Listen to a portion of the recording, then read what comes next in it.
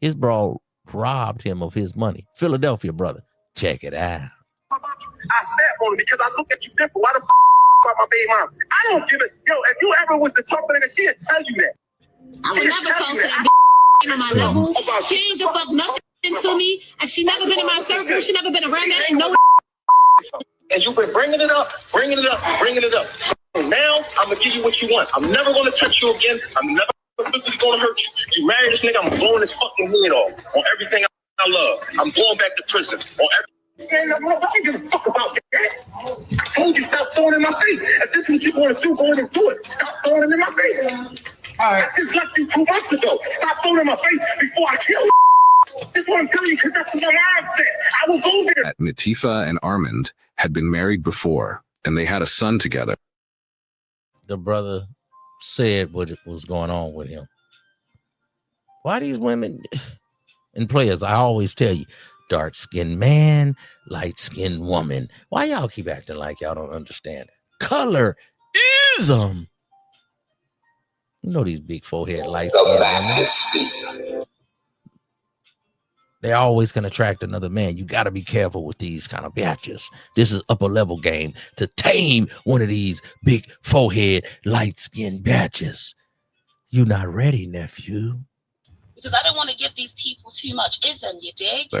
Which is one of the kids seen with Natifa.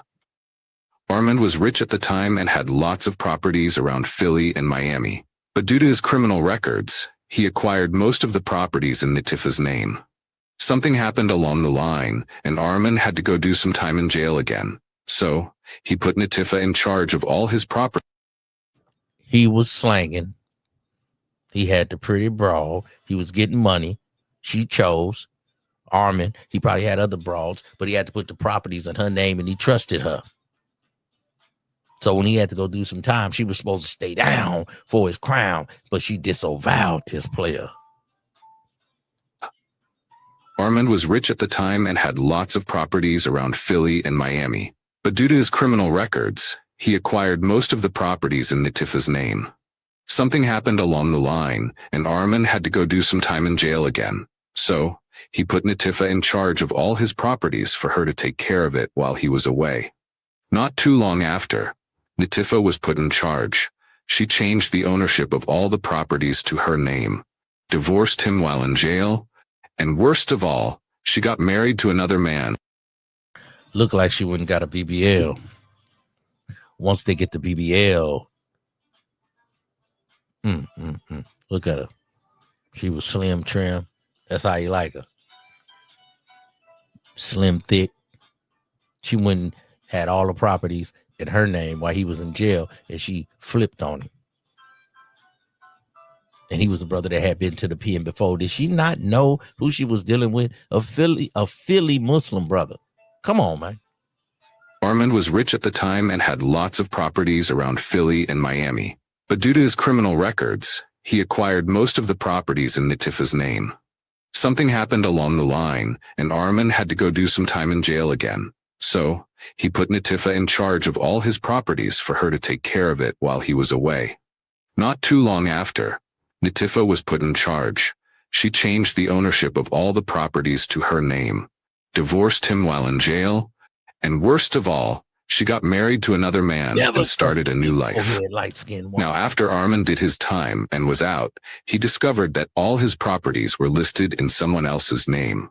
He confronted Natifa and demanded for his properties back from her, but she kept playing him, going back and forth, still flaunting luxury on her social media with her new man. Armand got angry and started sending threats. She recorded everything, the conversations, text voice notes, mail as evidence, because... Oh, she thought she got over. She thought she was just going to use him as a sucker darker. And he was going to go for it. That was Armand for Philadelphia. Muslim brother. Baby, you better think twice. This ain't no game. As she knew he was going to do something crazy. I really do. But she didn't know when or where, until the day he traced her down to the barber shop where she took their son for a haircut and unlived her right in front of their son. My question is, Didn't he know the kind of woman he married, and why would he entrust everything to her? Is it love or what? We live in a world. She was big, forehead, light skin. He was a dark skinned player. He had the bad batch. Don't you dudes want a baddie? Don't you dudes want a baddie? You gotta have a baddie, right? Give these people too much ism, you dig? You gotta have a baddie, right? When he was having money, he had the bad batch. Like Wolf of Wall Street. Whoever got the paper, that's who got the batch. Soon as he lost the paper, she say, you know what it is. I fuck with the dude that got the bag. It's bag for the vag. Jack. World where it's hard to trust oneself, not to talk of trusting someone else, especially with money and luxury. Dear viewer, was it right or wrong for him to have entrusted all his properties to her? Are his reactions and actions justified? Why would he end a life due to materialistic things? No weapon, no suspects in custody. It was a crime that left more questions than answers. The barbershop on West Lehigh Avenue wasn't just a scene of tragedy. It was the epicenter of an investigation that quickly intensified. Wait a minute. I don't mean to laugh, but the boy put up with, did he have his prison blues on? Lord have mercy. That boy walked up with a mask. This ain't prison blues. Oh my goodness. Than answers. The barbershop on West Lehigh Avenue wasn't just a scene of tragedy. It was the epicenter of an investigation that quickly intensified. Nitifa Wade's murder wasn't random, and police knew they had to act fast. But with no clear evidence to guide them, the clock was ticking. Investigators scoured the scene for any trace of evidence. Every inch of the barbershop was examined. Door handles, floors, windows. But the weapon used to take Nitifa's life was nowhere to be found. The absence of this critical piece of evidence complicated the case further. Witnesses described hearing the gunshots, but the chaos of the moment left their accounts scattered. Law enforcement pieced together a basic timeline, but a clear narrative was still. You can't do a man like that. You put all the properties in your name.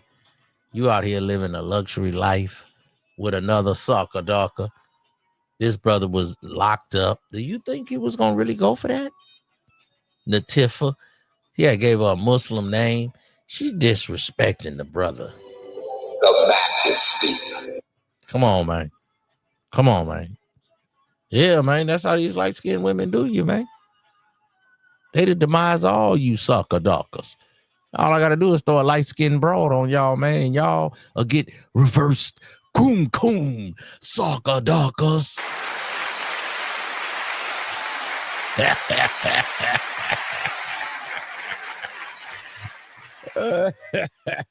Y'all will get reverse groom coon. The broad will start cooning you, sucker darkers.